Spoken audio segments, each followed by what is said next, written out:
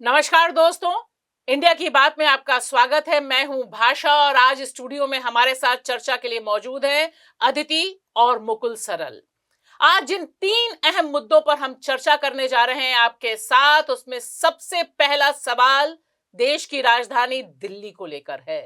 दिल्ली में चुनाव होने हैं, 5 फरवरी को होना है वोट, लेकिन उससे पहले यमुना से भी ज्यादा गंदी हो गई है दिल्ली की पॉलिटिक्स।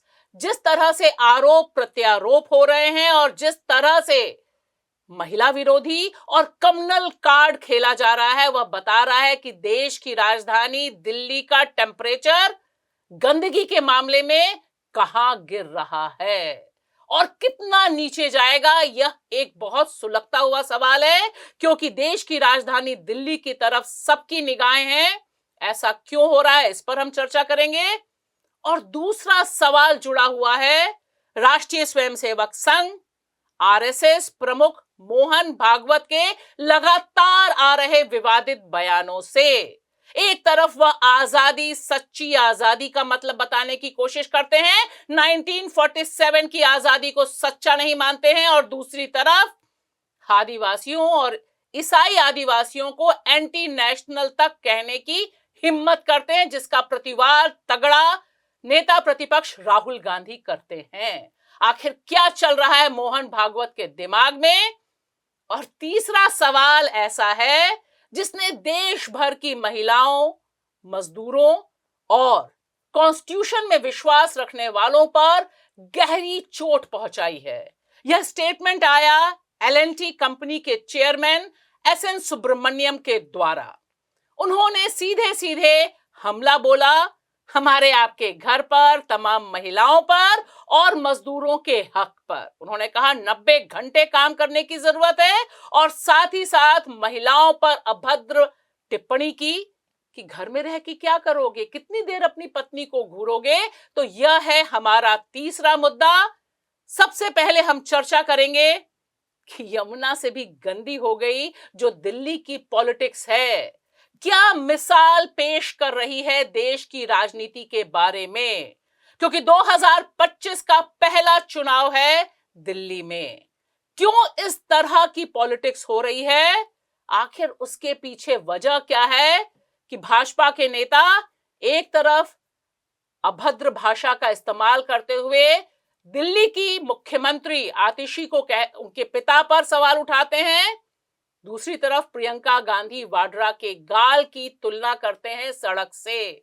और भी बहुत कुछ है, इस पे क्या है पंच, बताएंगी अदिति। भाषा, इसमें मेरा पंच ये है कि दिल्ली जो है ये कुछ नया नहीं है। ये पिछले कुछ चुनावों से हम गिरता हुआ स्तर जो है भाषा का और कैंपेन का देखते जा रहे हैं, और इसमें चुनाव आयोग का बहुत बड़ा एक रोल है कि वो कैसे इसको रोक लगाए, और भाजपा को कुछ दिखाने को नहीं है अपने काम का, ये साफ होता है। मुकुल, क्या है इस पे आपका पंच?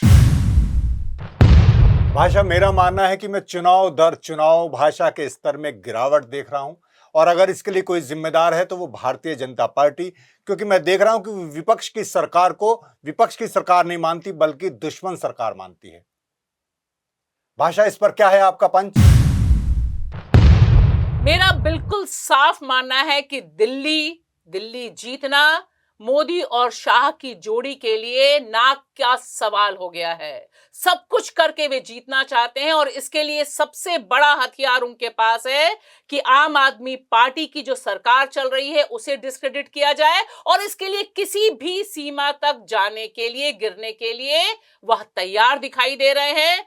दिक्कत है कि कम्युनल कार्ड और एंटी वुमेन कार्ड बेशर्मी से खेला जा रहा है, चुनाव आयोग को साफ सूंघा हुआ है। अदिति, जो दिखाई दे रहा है, जिस तरह से भारतीय जनता पार्टी के सांसद रहे रमेश बिधूड़ी ने इसमें लीड ली, और पहले तो उन्होंने प्रियंका गांधी को पर जो टिप्पणी की थी उस पर माफी भी मांगी, लेकिन दिखाई दिया कि जिस दिन उनका नामांकन था उस दिन उन्होंने दोबारा आतिशी पे हमला बोला, क्योंकि आतिशी पर उन्होंने सीधे सीधे कहा था कि ये पॉलिटिक्स के लिए अपना बाप बदल देती हैं। ये शब्द थे उनके, मेरे नहीं। और प्रियंका गांधी के गाल के बारे में कहा कि मैं कालका जी की सड़कें प्रियंका गांधी के गाल जैसी बना दूंगा। और फिर देखिए उन्होंने कहा कि आतिशी, क्योंकि रोने लग गई थी प्रेस कॉन्फ्रेंस में, उन्होंने कहा कि ये मगरमच्छ के आंसू हैं, उन्हें तो आदत है आंसू बहाने की। अनर्गल प्रलाप चल रहा है। तो कैसे देख रही हैं ये सब करने की क्यों जरूरत पड़ रही है भाजपा को? देखिए भाषा, ये तो पहले से भाषा जरूरत इसीलिए पड़ रही है क्योंकि भाजपा को अपने काम, अपनी सरकार वो सेंटर पे चला रहे हैं, इतनी स्टेट्स में चला रहे हैं, दिखाने को कुछ है नहीं, बोलने को कुछ है नहीं। इसीलिए अब दिल्ली में उनके, जैसे कि आपने भी पहले बोला कि स्टेक्स बहुत हाई है। और जहां तक बिधुरी का सवाल है, देखिए वो संसद में बोल के वो छुटकारा पा गए, तो ये तो सड़क पे बोल रहे हैं। जी। अच्छा, और सिर्फ वही नहीं, उनके एक जिन्हें टिकट मिला है, अभी वो पहले जा जाके मुसलमान जो है खाना बेचने वाले, उनको वो बोल रहे थे, कोई उन पे, बल्कि उनको टिकट मिल गया है। तो ये पूरा राजनीति का टोन जो है ना, उसको पूरा एक सांप्रदायिक वो देने का पूरा इनकी वो है। और उसमें महिलाओं को, क्योंकि आतिशी को अब सामने लाया गया और उधर से प्रियंका आ गई हैं, तो महिलाओं को दिखाना, वो भी मुझे लगता है इनका कुछ उसमें मुझे तो कोई हैरानी नहीं होती है, क्योंकि यही इनका स्तर है, इनके पास और कोई मुद्दा है नहीं। मुकुल, जो एक चीज और दिखाई दे रही है दिल्ली में, और अगर भाजपा दिल्ली का आप ट्विटर हैंडल देखिए, इंस्टाग्राम हैंडल देखिए, ऑफिशियल जो उनके प्लेटफॉर्म्स है वो देखिए, तो कम्युनल कार्ड भी पूरी बेशर्मी के साथ खेला जा रहा है। दिल्ली के जो मुस्लिम बहुल इलाके हैं वहां पर पोस्टर ही लगा रखे हैं कि दंगे करवाने वालों की बात है, और वहां पे गाने चल रहे हैं जहां पर गाने हैं कि हिंदू जागा तो मध्य प्रदेश जीत गए, हिंदू जागा तो हरियाणा जीत गए। ये जो कार्ड है ये दिल्ली में किस तरह से चला पाएंगे? ये क्या कुछ इसमें दम लगता है आपको? देखिए, वो हर चुनाव में ये कार्ड चला रहे हैं, चाहे वो यूपी का चुनाव हो, चाहे वो मध्य प्रदेश का चुनाव हो, चाहे महाराष्ट्र का चुनाव हो, और अब दिल्ली का चुनाव है। वो लगातार ये कोशिश कर रहे हैं। दरअसल उन्हें लगता, कोर एजेंडा उनका यही है, क्योंकि अंततः उन्हें तो स्थापित तो यही इसी तरह का राज्य करना है जिसमें महिलाओं का विरोध हो, जिसमें ब्राह्मणवादी शासन हो, मुसलमानों का विरोध हो। तो वो लगातार, दरअसल दिल्ली को लेकर छटपटाहट इसलिए है क्योंकि यहां वो लगातार 6 बार 7 बार से वो सत्ता में नहीं आ पाई है। 96-7 के बाद वो सत्ता में नहीं आ और पाई खास है। तौर से मोदी जी का हाँ, काल रहा, तब भी तब भी सातों नहीं आ सांसद पाई। रहे लेकिन तब भी नहीं आ और पाए। नाक के नीचे मोदी वेव में भी हार गए। तो उन्हें लग रहा कि दिल्ली किस तरह से कब्जे में की जाए। और दिल्ली में दरअसल उनका कार्ड इसलिए भी नहीं चल पाता क्योंकि दिल्ली की जनता सीधे सेंटर को भी देखती है और प्रदेश सरकार को भी देखती है, एलजी को भी देखती है और मुख्यमंत्री को भी देखती है। तो बिल्कुल वो सारी समस्याओं के लिए पल्ला नहीं झाड़ सकते। तो वो सोचते हैं कि अब हम समस्याओं पर कितनी बात करें, समस्याओं की भी बात करते रहेंगे थोड़ी थोड़ी, लेकिन कम्युनल कार्ड, महिला विरोधी कार्ड, इस तरह से। और उनमें एक होड़ भी है क्योंकि उन्होंने देखा है कि उनके जो नेता, छोटे छोटे नेता थे, छोट भैया नेता, वो इसी तरह की बयानबाजी करके बड़े नेता बने हैं, मुख्यमंत्री तक बने हैं। तो यहाँ भी विधुड़ी और तमाम और भी सोच रहे हैं, अभी कपिल मिश्रा भी सोचेंगे कल को कि मैं मुख्यमंत्री बन जाऊं। तो मुख्यमंत्री के लिए सीढ़ी जो है, जो उनकी चाहिए जो योग्यता, वो योग्यता इसी में है कि वो कितनी गालियां दे सकते हैं। जी, तो बुनियादी डीएनए जो है बीजेपी का, वह तो एंटी वुमेन और एंटी कॉन्स्टिट्यूशन के तौर पे दिखाई देता है। लेकिन एक जो चिंता की बात दिखाई दे रही है अदिति, कि हमें दिखाई दिया कि जो आज खबर छपी है कि किस तरह से दोबारा से शिकंजा कसने की बात है, ईडी और मनीष सिसोदिया और अरविंद केजरीवाल, इनके ऊपर फिर से गाज गिर सकती है। तो ऐसा डेस्परेशन है और नीचे मतदाताओं के दिमाग में वो बैठाना चाहते हैं कि आपने चुन भी लिया तो हम सरकार नहीं चलने देंगे। आपको क्या फील हो रहा है, इसका कोई असर पड़ेगा? देखिए, मुझे लगता है कि मे बी एक बहुत छोटे मध्यम वर्गीय, उस पे इनके जो खुद का बेस है उस पे असर पड़ेगा, लेकिन आम जनता का जैसी रिपोर्ट्स आ रही हैं या जैसा हम देख रहे हैं, ऐसा नहीं है। आम आदमी सरकार की काफी प्रॉब्लम्स हो सकती हैं, लेकिन जनता जो निचले स्तर की है, जो रिसेटलमेंट कॉलोनीज वगैरह में रहते हैं, वो काफी खुश हैं केजरीवाल के स्कीम से। और यही बात इन लोगों को परेशान कर रही है। ये पार्टी जो लाड़की बहना, लाडली बहना और महिलाओं को पैसे देंगे, वो इतना बड़ा मुद्दा बना रही है कि मुफ्त क्यों कर रहे हो, मुफ्त क्यों कर रहे हो। अरे मुफ्त कहाँ है, हमारा ही तो है, हम टैक्स पेयर्स हैं, हमें मुफ्त सर्विसेज थोड़ी मिल रही है। आप सर्विसेज के लिए तो टैक्स देते हैं ना। पर लेकिन ये कैंपेन ये लोग चला रहे हैं, और क्योंकि लोग भी अब देख चुके हैं, जैसे मुकुल जी ने बोला कि वो लोग, दिल्ली की जनता को ये फायदा है कि केंद्रीय सरकार को भी देखती है और स्टेट को भी देखती है, तो उन्हें भी पता चल रहा है। तो मुश्किल है, मतलब टाइट है, लेकिन इनके लिए मुश्किलात है, इसीलिए इनके पास सांप्रदायिक और इस तरह के बयानबाजी के अलावा और कोई चारा लेकिन नहीं। मुकुल, एक चीज ये भी दिखाई दी कि दिल्ली में सबसे पहला जो चुनावी शगुफा छोड़ा गया प्रधानमंत्री द्वारा, वह था झुग्गी वालों को मकान देने का। और आप देखिए कि पहली बार देखा गया कि झुग्गी इलाकों में बीजेपी के नेता जा रहे हैं और इस तरह से एक मैसेज दिया गया है कि हम ही तुम्हें मकान दिलवा सकते हैं, कोई और नहीं। तो ये तो नहीं, तो उस पर तो ये केजरीवाल ने आधार ले तो जाएगा। केजरीवाल ने बहुत अच्छा काउंटर किया और सब जानते हैं, दिल्ली वाले जानते हैं कि किस तरह झुग्गियों पर बुलडोजर चलाए गए, लगातार चलाए गए, और वो किसके आदेश पर हुए? वो एलजी के आदेश पर हुए ना। तो ये तो शगुफा है। और देखिए, और जो अदिति बात कह रही थी दिल्ली को लेकर, दिल्ली में मैं आपको बताऊं कि मतदाताओं पे असर की बात, तो 32% वोट से नीचे कभी बीजेपी का दिल्ली में नहीं गया, 32%। यानी जब वो हारी है तब भी, ये 32-35, पिछली बार 35-36 तक भी चला गया, तब भी वो हारी। दरअसल सारा वोट, जहां हमने अभी चर्चा नहीं की कांग्रेस की, वो सारा वोट आम आदमी पार्टी कांग्रेस का ले गई। तो ये जो वोट था, जो कांग्रेस का था, जो आम आदमी पार्टी का मिलकर बना, 48, 50, 53, 56% तक पहुंची वो, और 32 बीजेपी का कॉन्सोलिडेट है। अब वो उसके लिए सांप्रदायिकता करे, गंदी गालियां दे, कुछ भी करेगा, हाँ, वो वहीं रहेगा। वो उनका है, और उससे ज्यादा कैसे मिले, तो वो सोच रहे हैं कि कहीं कांग्रेस अच्छे से लड़े, तो यहाँ वोट कुछ शेयर इसका गिर जाए आम आदमी पार्टी का, तो वो फिर वहां कोई स्थिति बन सकती है। लेकिन अभी आज हम खाली चर्चा, एक त्वरित टिप्पणी आपसे लेंगे कि जो गंदी पॉलिटिक्स है, जीतेगा हारेगा कौन, लड़ाई किसकी है, ये अलग बात है। लेकिन क्या इस तरह से जो निहायत गंदी पॉलिटिक्स खेली जा रही है, उसका आपको क्या लगता है? अदिति, आप भी बहुत समय से दिल्ली में हैं, क्या यहाँ के मतदाताओं पर असर पड़ेगा? क्या बीजेपी को फायदा होगा इस तरह की गंदी पॉलिटिक्स खेलने से?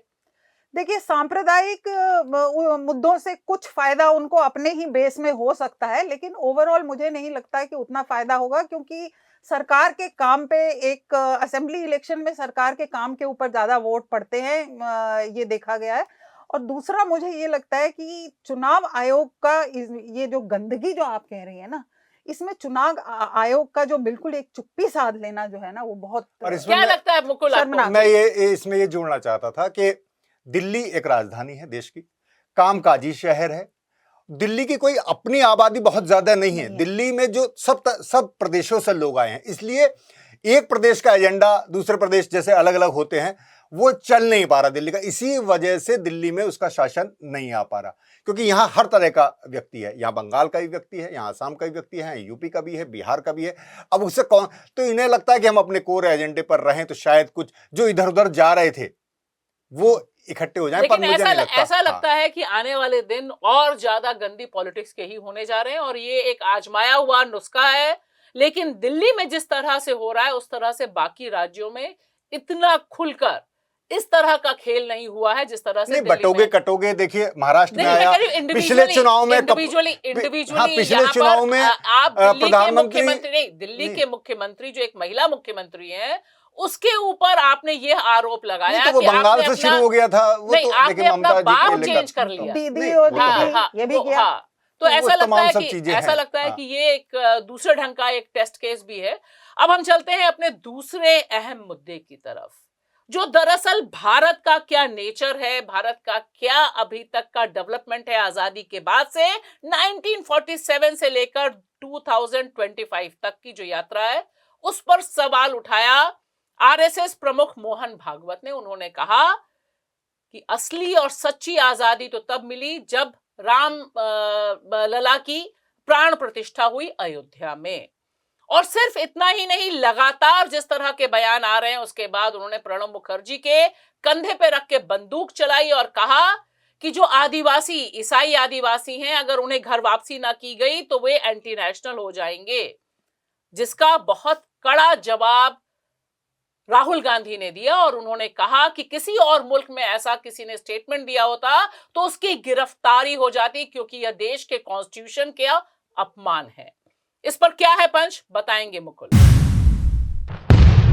हाँ, मेरा मानना यह है कि देखिए, सच्ची आजादी आरएसएस के लिए कुछ भी हो सकती है, पर मेरे लिए सच्ची आजादी वास्तव में ये होगी कि जिस दिन इस नफरत और सांप्रदायिकता की राजनीति से हमें मुक्ति मिलेगी और आरएसएस की जिस तरह की विचारधारा है, जातिवादी, दलित पिछड़ा विरोधी, आदिवासी विरोधी, उससे हमें छुटकारा मिलेगा। तो वो 47 को नहीं मान रहे, लेकिन मैं कह रहा हूं कि हाँ, अभी भी नहीं मिली है, मुझे तो उस दिन मिलेगी सच्ची आजादी। भाषा, इस पर क्या है आपका पंच?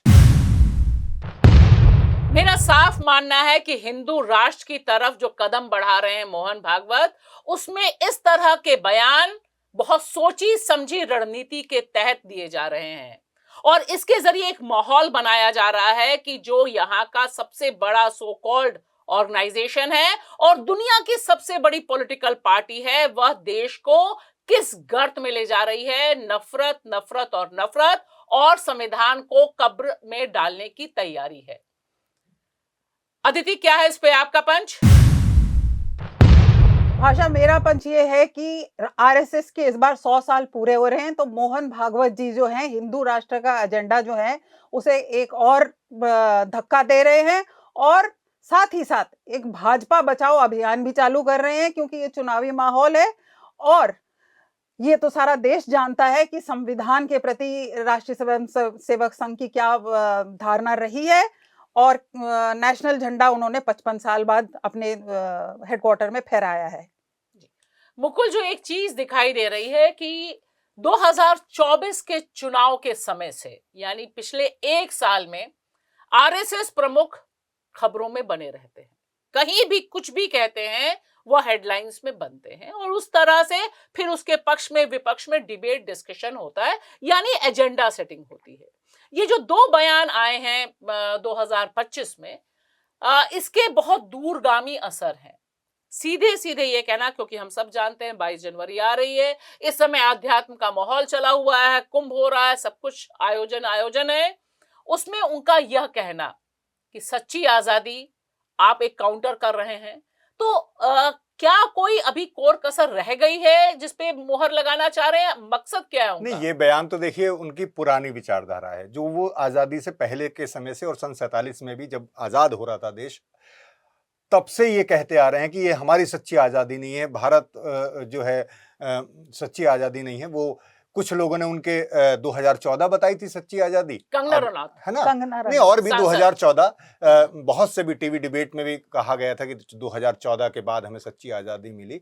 अब ये राम मंदिर वाली, तो वो लगातार उस आजादी को तो देना है, क्योंकि उस आजादी में उनका योगदान नहीं रहा, ये सारा देश जानता है। वो लोग जेल नहीं गए, वो लोग लड़ाई नहीं लड़े, तो उस आजादी को वो कैसे अपना कहें, ओन करें? तो वो एक और आजादी बरक्स खड़ा करना चाहते हैं, तो वो उनका एक पुराना एजेंडा है और वो एजेंडा जब आप एक नई आजादी बताएंगे, वो भाजपा बचाओ अभियान भी होगा, वो हिंदू राष्ट्र की स्थापना के लिए भी आगे बढ़ेंगे। तो इस सारा का सारा कोशिश वही है और आरएसएस प्रमुख जो है बार बार कुछ इस तरह के बयान लगातार देते रहते हैं, हेडलाइन जैसे आप कह रही, फिर वो कुछ कुछ चीजें समाज में डालकर टेस्ट भी करते हैं कि किस तरह का रिएक्शन आ रहा है। अदिति, जो दिखाई दे रहा है कि जिस तरह से राहुल गांधी ने काउंटर किया उनके इस बयान का, जो आजादी वाले बयान उन्होंने दिया, सच्ची आजादी, और उसको वो दूर तक खींच के ले गए राहुल गांधी। उन्होंने कहा कि जिस तरह से कोशिश हो रही है कि आजादी का जो पूरा आंदोलन था उसे दरकिनार किया जाए और देश के कॉन्स्टिट्यूशन को गर्त में डाला जाए, जिसकी काफी आलोचना इस समय राहुल गांधी पे काफी बीजेपी हमलावर है, अलग अलग बयान दे रही है। लेकिन ये खतरा कितना बड़ा आपको आज 2025 में दिखाई दे रहा है? देखिए भाषा, राहुल गांधी ने ना अब ये रियलाइज कर लिया है कि राष्ट्रीय स्वयं सेवक संघ ने जितना नुकसान पहुंचा दिया था, वो विचारधारा उनकी काउंटर करनी ही पड़ेगी। अभी चुनावी फायदा है कि नहीं है उसको देखने की। ये बात बहुत ही दुखदाई है असल में। हम सभी लोग जानते होंगे, हमारे परदादा, दादा परदादा किस तरह से, या हमने जो कहानियां सुनी है, भगत सिंह हो, गांधी हो, मतलब इतने लोगों ने अपनी जान और खून दिया है उसके ऊपर। आप कह रहे हैं कि वो आजादी जो है सही मानों में आजादी नहीं है वो लोग, तो ये एक बहुत ही, जिसे कहते हैं, चोट करने वाला बयान है इनका। और जहां तक राहुल गांधी का सवाल है, मुझे लगता है कि अब आरएसएस को सीधा सीधा उनकी विचारधारा पे अटैक करना एक बहुत ही अच्छी बात है। और मुझे लगता है इसमें विपक्षी बाकी साथियों को, तेजस्वी कल बोले हैं कि सच्ची आजादी तो तभी होगी ना जब दलित, पिछड़े और आदिवासी लोग आजाद होंगे। जी, कहाँ की आजादी है? आप उनका घर बार उठा के अपने कॉर्पोरेट मित्रों को दे रहे हैं। लेकिन मुकुल, एक चीज जो माहौल बनाने की बात है या परसेप्शन बनाने की बात है, मैं देख रही थी कि राहुल गांधी ने जो काउंटर किया आरएसएस मोहन भागवत का, और ये भी कहा कि किसी और मुल्क में होते तो इनकी जी। गिरफ्तारी हो जाती, बहुत बड़ी बात है, जिसे लेकर निश्चित तौर पे बड़ा हंगामा बीजेपी में है। और उन्होंने कहा कि अर्बन नक्सल सोच है, आदि इत्यादि तमाम तरह के डिबेट चल रही है।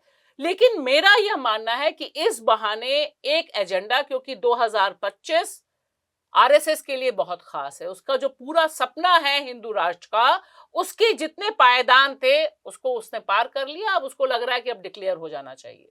संविधान बदलना एक पायदान तो बहुत बड़ा है उनके लिए। तो मुझे ये लगता है कि राहुल गांधी, अभी मैं देख रहा हूं कि भारत के राजनीति में राहुल गांधी इकलौते ऐसे नेता हैं जो आरएसएस पर लगातार बोलकर जोखिम ले रहे हैं। उन पर मुकदमे भी हुए, तो चाहे आरएसएस है और दो चीज अडानी, ये जो पूरा गठजोड़ है, सांप्रदायिक नफरत की राजनीति प्लस सामंतवादी और पूंजीवादी नीतियां, इन सबका गठजोड़ है। ये एक देश को वाकई में एक नए ढंग से ले जाना चाह रहा है। ये ही खतरा सबसे बड़ा है जिसे राहुल गांधी ने पहचाना है और अपनी राजनीति को भी दांव पर लगाकर। क्योंकि एक बात है अदिति, कि जो मुकुल कह रहे हैं या जो राहुल गांधी की आलोचना लोग करते हैं कि भाई सब कुछ आप कहते हैं लेकिन चुनाव तो नहीं जीत सकते, महाराष्ट्र नहीं जीत पाए और हरियाणा नहीं जीत पाए। तो ये एक जो चुनावी सफलता और इधर अटैक है, इन दोनों का कोई कॉम्बिनेशन आपको दिखाई देता है क्या? चुनावी सफलता शायद इस अटैक से ना ही मिले, लेकिन मुझे लगता है कि कहीं राहुल गांधी में ये एहसास हो गया है उनको कि जितना डैमेज, जिसे आइडिया ऑफ इंडिया कहते हैं, जितना डैमेज हो चुका है उसको अगर मुकाबला करना है तो आपको आरएसएस की विचारधारा पे अटैक करना होगा। चुनाव आप जीतते हारते रहेंगे, वो लॉन्ग टर्म अगर भारत को, और भारत जो रहा है जिस तरह का एक समाज, भारत के कल्चर को अगर करना है तो विचारधारा पे अटैक करना बहुत जरूरी है। और ये एक बहुत ही अच्छी बात है कि वो मुद्दा उठा रहे हैं। मुझे लगता है कि विपक्ष के बाकी लोगों को भी उनका साथ देना चाहिए। वाम दल हमेशा से कहते रहे हैं लेकिन उन्हें कभी आवाज नहीं मिली है, लेकिन राहुल गांधी अब आवाज दे रहे हैं। चलिए देखते हैं कि आरएसएस मोहन भागवत का जो एक आइडिया ऑफ इंडिया है और इधर से असली आइडिया ऑफ इंडिया है, उसकी टकराहट कब पॉलिटिकल गेन में बदलती है। अब हम चलते हैं अपने तीसरे मुद्दे पर।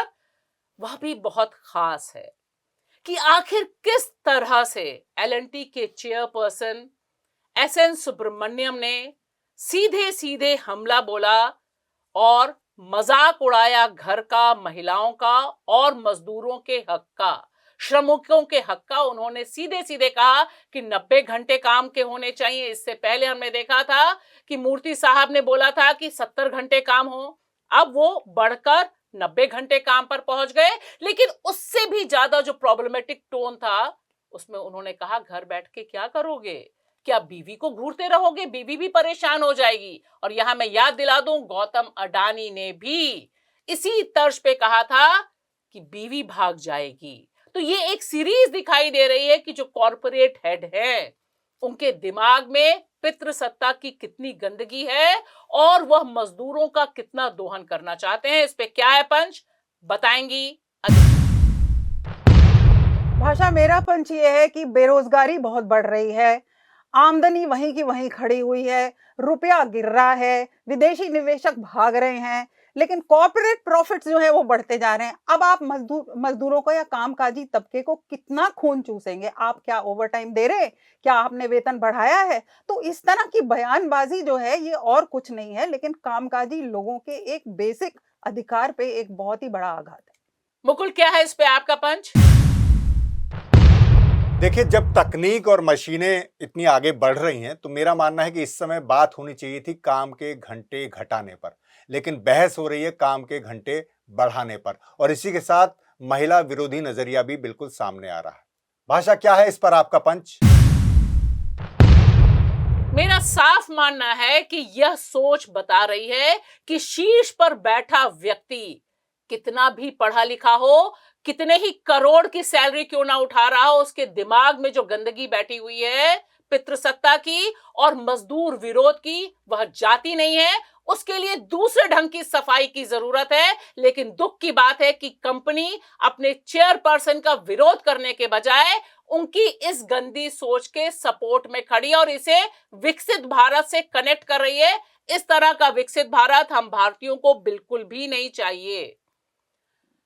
मुकुल, जो दिखाई दे रहा है, क्योंकि एलएनटी का एक व्यक्ति अपने लोगों को कह रहा है कि तुम संडे को नहीं आते हो भाई, मैं तो संडे को आता हूं, मैं चाहता हूं कि संडे को भी काम हो।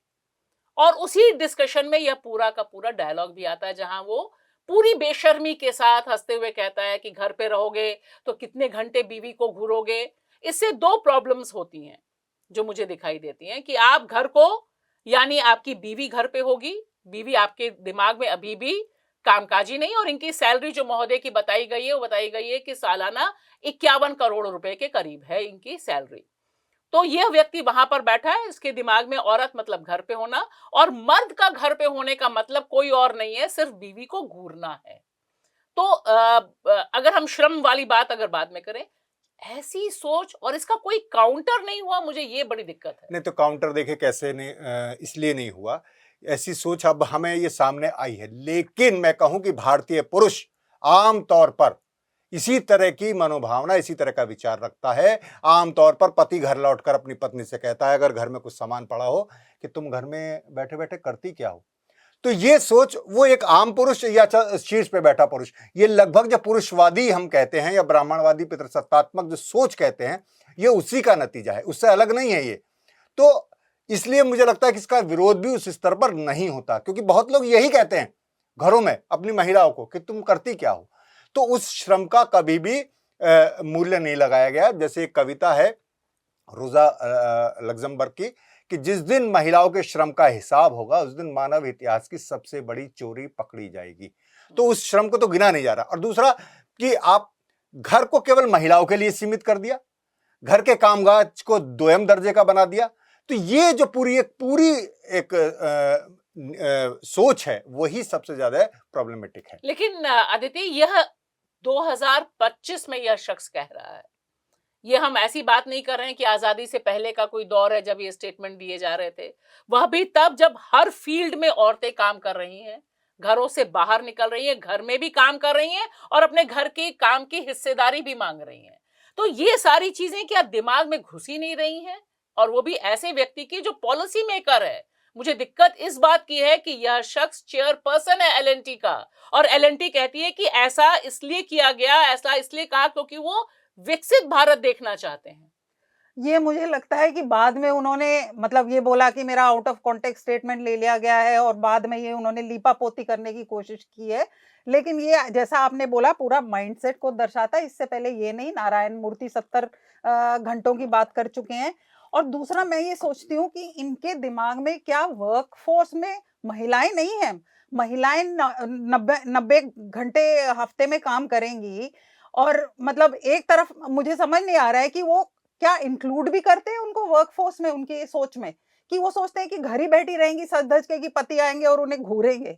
तो एक तरफ मतलब मुझे हैरानी होती है कि इतने टॉप पे बैठे हुए लोग इस तरह की बातें करते हैं। और दूसरी बात, ये तो खैर हुई हल्की बात, लेकिन दूसरी बात ये बहुत ही एक डेंजरस चीज है कि आप जैसे कि मुकुल जी कह रहे हैं, इतना आर्टिफिशियल इंटेलिजेंस, इतना तकनीकी वो हो रहा है, और आप घंटे बढ़ाए जा रहे हैं, वेतन आपका बढ़ नहीं रहा है, मुनाफा आपका बढ़ रहा है। तो ये क्या रहा क्योंकि है? एक चीज और हुई मुकुल, कि जब एलएनटी के मिस्टर सुब्रमण्यम का ये बयान आया तो लोगों ने बोर्ड ऑफ डायरेक्टर्स का भी स्क्रीनशॉट डाला।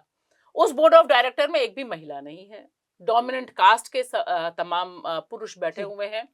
लेकिन दूसरा जो अहम सवाल है कि यह पहला बयान नहीं है, चाहे नारायण मूर्ति का बयान हो, चाहे सुब्रमण्यम का बयान हो, और बीच में गौतम अडानी का बयान।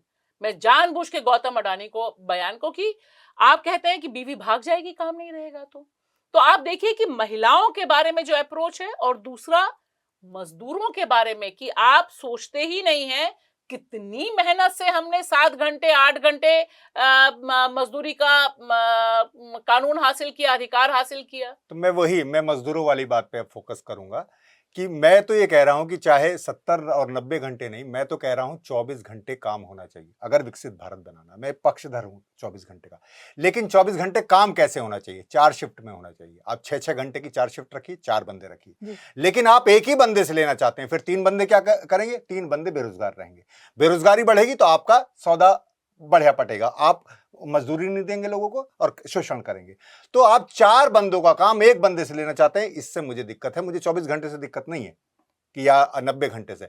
फिर दूसरा जो कह रहे हैं कि मैं संडे को भी काम करता हूं, उनकी सैलरी बताई भाषा ने कि 51 करोड़ है, यानी 14 लाख रुपए पर डे या पर घंटे वो कमाते हैं। इतना 14 लाख रुपए पर डे कमाते हैं वो।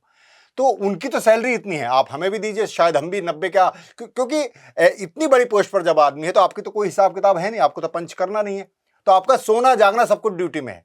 तो वो लोग ये राय दे सकते हैं क्योंकि खाए पिए अगाहे लोग हैं। दूसरा, उन्हें तो ऑर्डर देना है। तो एक तो यहां सवाल है। दूसरा, जो महिला विरोधी वाली बात आई, मैं कह रहा हूं कि महिला विरोधी तो, पर महिलाओं में भी मैं देखता हूं, मैं इस पर थोड़ा सा दूसरे नजरिए से कह रहा हूं कि समाज की स्थिति क्या है। महिलाएं भी, पुरुष अगर घर में बैठे हैं तो उन्हें इसी तरह का ताना देती हैं कि तुम घर में बैठे बैठे करते क्या हो। दरअसल पूरा ही स्ट्रक्चर इस पर चुनौती देनी है, इस पर एक बड़ी बहस की जरूरत है कि इस तरह की सोच आखिर कैसे डेवलप होती है। लेकिन अदिति, जो चीज दिखाई देती है कि जिस तरह का हंगामा होना चाहिए था, जिस तरह से कम सोशल मीडिया या बाकी चैनल्स पर इस पर डिबेट होती और मजबूर किया जाता मिस्टर सुब्रमण्यम को अपना स्टेटमेंट वापस लेने के लिए, जहां पर लेबर यूनियंस का बात उठती है, महिलाओं की बात उठती है। लेकिन देखिए, ये एक नया नॉर्मल धीरे धीरे बनता जा रहा है। मुझे डर इस बात से है कि ये जो नया नॉर्मल है कि आप महिलाओं के बारे में कितनी भी गंदी सोच रखते हो, आपकी पोस्ट पर कोई फर्क नहीं पड़ेगा। आप मजदूरों को गुलामी वाले दौर में ले जाना चाहते हैं। ये गुलामी वाला दौर है जहां आप सोचें कि 90 घंटे उसे काम करना है।